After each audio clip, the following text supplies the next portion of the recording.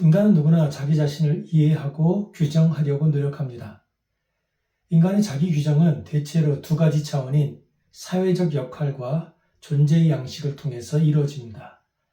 다른 말로 하면 우리는 나는 무엇하는 사람인가와 나는 어떤 사람인가를 통해 자신을 설명하려고 한다는 겁니다.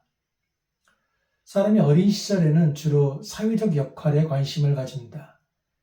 이는 자신이 장차 감당하게 될 직업이나 지위를 상상하면서 자아의 외적 정체성을 형성해가는 시기입니다.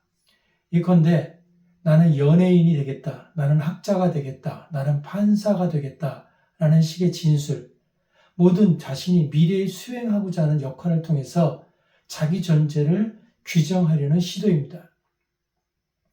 이처럼 초기의 자아 형성은 대부분 무엇이라고 하는 것에 집중되어 있습니다. 그러나 인간은 성장하면서 단순히 무엇을 할 것인가 보다 어떻게 살아갈 것인가에 조금씩 더 관심을 가지게 됩니다. 특히 사춘기를 지나 청소년기에 이르면 사람들은 존재의 양식, 곧 삶의 태도, 가치관, 윤리적 방향성에 대해 고민하기 시작합니다. 이것은 나는 어떤 사람이 될 것인가, 나는 어떤 삶을 살아야 하는가와 같은 질문으로 나타납니다. 이 질문은 우리 내면의 정체성과 존재의 본질에 대한 탐구로 이어집니다. 그렇기에 우리가 사람을 평가하거나 이해할 때 그가 어떤 사회적 역할을 수행하고 있느냐 보다는 그가 어떤 존재 양식을 따라 살아가느냐를 더 중요하게, 더 눈여겨보아야 합니다. 왜냐하면 사회적 역할이라고 하는 것은 외적인 지위나 직무에 불과하지만 존재 양식은 그 사람의 내면적 성숙과 가치 지향을 보여주기 때문입니다. 결국 어떤 사람인가는 곧 그 사람의 정체성이며 이는 그가 추구하는 가치관을 반영합니다.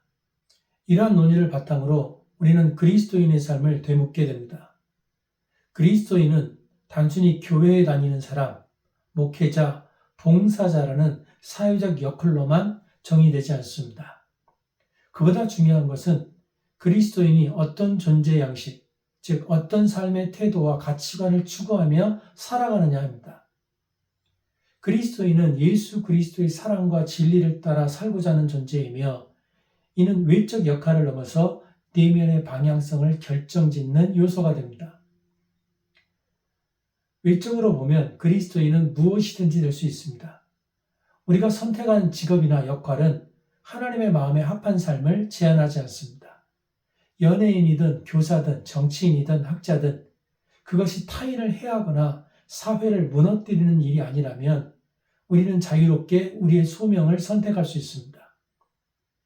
하나님은 우리가 어떤 사회적 역할을 갖느냐보다 그 안에서 어떤 존재 양식에 따라 살아가느냐를 더욱 중요하게 여기십니다. 그러나 바로 이 지점에서 우리는 중요한 질문과 마주하게 됩니다. 하나님이 원하시는 존재의 양식, 곧 하나님의 마음에 합한 삶이란 과연 어떤 것이냐 하는 것입니다. 우리가 살아가는 세상은 끊임없이 조건을 요구합니다. 우리는 좋은 학교에 들어가기 위해서, 좋은 직장에 취직하기 위해서, 심지어 결혼을 하기 위해서도 우리의 성적, 재정, 스펙, 그리고 외모까지 평가받고 자격을 갖춰야 하는 사회를 살아가고 있습니다. 우리는 조건 중심의 사고방식에 너무 오래 익숙하게 살아왔기 때문에 어느새 하나님의 사랑조차도 조건적일 것이라 착각하게 됩니다. 그래서 우리는 하나님의 마음에 들기 위해서 또 하나님의 인정을 받기 위해서 무언가 더 많은 일을 하고 더 열심히 기도하고 더 많은 헌신을 쌓아야 한다는 강박에 시달립니다. 그런 우리에게 교회들은 말합니다. 주일을 성수해라, 11조를 드려라, 성경 공부에 빠지지 말아라, 교회 봉사에 열심을 내라. 물론 이 모든 것은 신앙 안에서 귀하고 아름다운 행위입니다. 그러나 문제는 우리가 이 모든 것을 하나님의 사랑을 얻기 위한 조건으로 여길 때 벌어집니다. 그 행위는 은혜에 대한 응답이 아니라 하나님과 거래하려는 시도가 됩니다. 그리고 그 신앙은 점점 기쁨이 아닌 의무, 감사가 아닌 조급함, 자유가 아닌 부채감으로 바뀌어갑니다. 이 조급함은 우리를 불안하게 만들고 때로는 우리를 사나운 사람으로 변화시킵니다. 그래서 성령이 충만하다고 말하면서도 교회 안에서 분노하고 비판하고 불편해하고 예민해지는 겁니다. 우리가 하나님의 은혜를 조건으로 오해하고 구원을 거래로 받아들이며 존재의 양식을 행위로 증명해야 할 과제로 여긴 결과입니다. 그리고 이때 우리의 불안을 아는 이단은 우리에게 아주 매력적인 해답을 제시합니다. 방언을 하면 구원을 받을 수 있다. 일주일에 몇 시간씩 전도하면 하나님이 당신을 사랑하실 것이다. 당신이 언제 구원받았는지 그 날짜를 확실히 기억하는 것이 중요하다. 이런 주장은 우리의 불안을 해결해 주는 것처럼 보이지만 결국은 은혜를 조건으로 바꾸고 하나님의 사랑을 우리가 조작할 수 있는 감정이라 수치로 환원시켜버리는 위험한 함정입니다. 하나님은 우리가 구원받기 위해 조건을 달성하기를 원하는 분이 아닙니다. 하나님은 우리가 은혜를 받아들임으로써 그분의 마음에 닿는 존재로 변화되어 가기를 원하십니다. 물론 주일 성수와 11조, 봉사와 기도는 중요합니다. 그러나 이 모든 것은 하나님의 사랑을 얻기 위한 수단이 아니라 이미 받은 사랑에 대한 기쁨의 응답이어야 합니다. 오늘 우리가 함께 읽은 본문은 바로 이러한 오해와 갈급함, 조급함의 문제를 끌어안고 우리에게 하나님의 진실을 보여줍니다. 그분의 마음은 조건이 아니라 관계에 있고 그분의 은혜는 거래가 아니라 선물이라는 사실을 우리에게 다시 한번 일깨워 줍니다. 성경에 다윗에 관한 이야기가 참 많습니다. 그런데 성경은 다윗을 이야기할 때 하나님의 마음에 합한 자라고 말합니다. 문제는 다윗의 무엇이 하나님의 마음을 흡족하게 했는지에 대해서 성경이 구체적으로 설명하지 않는다는 겁니다. 그래서 우리는 묻게 됩니다. 다윗이 물맷돌을 잘 던졌기 때문에 하나님이 사랑하시나? 다윗이 모든 전쟁에서 승리했기 때문에 그것이 하나님의 마음을 흡족하게 했는가? 다윗이 이스라엘을 강대한 나라로 만들었기 때문에 그 업적 때문에 하나님이 다윗을 좋아하시는가? 그러나 그 모든 것에 대한 대답은 아니다라고 하는 것입니다. 하나님이 다윗을 마음에 들어 하신 그 시점은 다윗이 이러한 일들을 하기 이전이었습니다. 하나님께서 다윗을 선택하시고 그를 이스라엘의 왕으로 세우고자 하셨을 때 그는 그저 들판에서 양을 치는 어린 소년이었습니다. 사무엘이 이새의 아들 중 하나가 왕이 될 것이라는 하나님의 말씀을 듣고 이새의 집을 찾아와 그의 아들들을 모두 불러 모으라 했습니다. 이때 다윗의 아버지 이새는 다윗을 부르지도 않았습니다. 왜냐하면 아버지가 보기에 다윗은 왕이 될 만한 인물이 아니었던 겁니다. 다윗이 하나님을 위해 한 일이 아무것도 없을 때 하나님은 그를 마음에 들어 하셨습니다. 다윗이 어떤 업적을 갖기도 전에 하나님은 그에게 은혜를 주셨습니다. 문제는 바로 이 지점이 우리의 마음을 불편하게 만든다는 겁니다. 아무 자격도 없는 나에게 주어지는 은혜는 때때로 우리로 하여금 이래도 되는가 하는 의심과 불안을 불러옵니다. 하나님의 사랑은 우리의 불편함에 의존하지 않습니다. 하나님은 조건 없이 우리를 사랑하십니다. 그러므로 우리는 하나님의 마음에 들기 위해 애쓰며 긴장할 필요가 없습니다. 내가 다른 사람보다 더 나은 신앙인이 되기 위해 스스로를 몰아세우며 살아갈 이유도 없습니다. 이 진리를 우리는 모세의 이야기에서도 발견할 수 있습니다. 모세는 처음부터 특별한 인물이었습니다. 갓난아기일 때 애굽 왕궁으로 들어가 왕자의 자리에 오르고 최고의 교육을 바라며 자랐습니다. 그의 부모는 하나님을 경외하며 율법에 정통한 신앙의 사람들이었습니다. 겉으로 보기에 모세는 모든 조건이 완벽한 사람이었습니다. 그러나 이 완벽한 모세가 이스라엘을 구원하려고 했을 때 이스라엘 백성은 그를 거절했습니다. 실패한 모세는 미디안 광야로 도망쳐서 거기서 40년 동안을 목자로 살았습니다. 애굽의 왕자였던 그는 이제 이름 없는 이방 땅의 목자가 되었습니다. 모세가 광야에서 살아가는 동안 그의 자존심은 바람처럼 깎이고 그의 자신감은 먼지처럼 사라졌을 겁니다.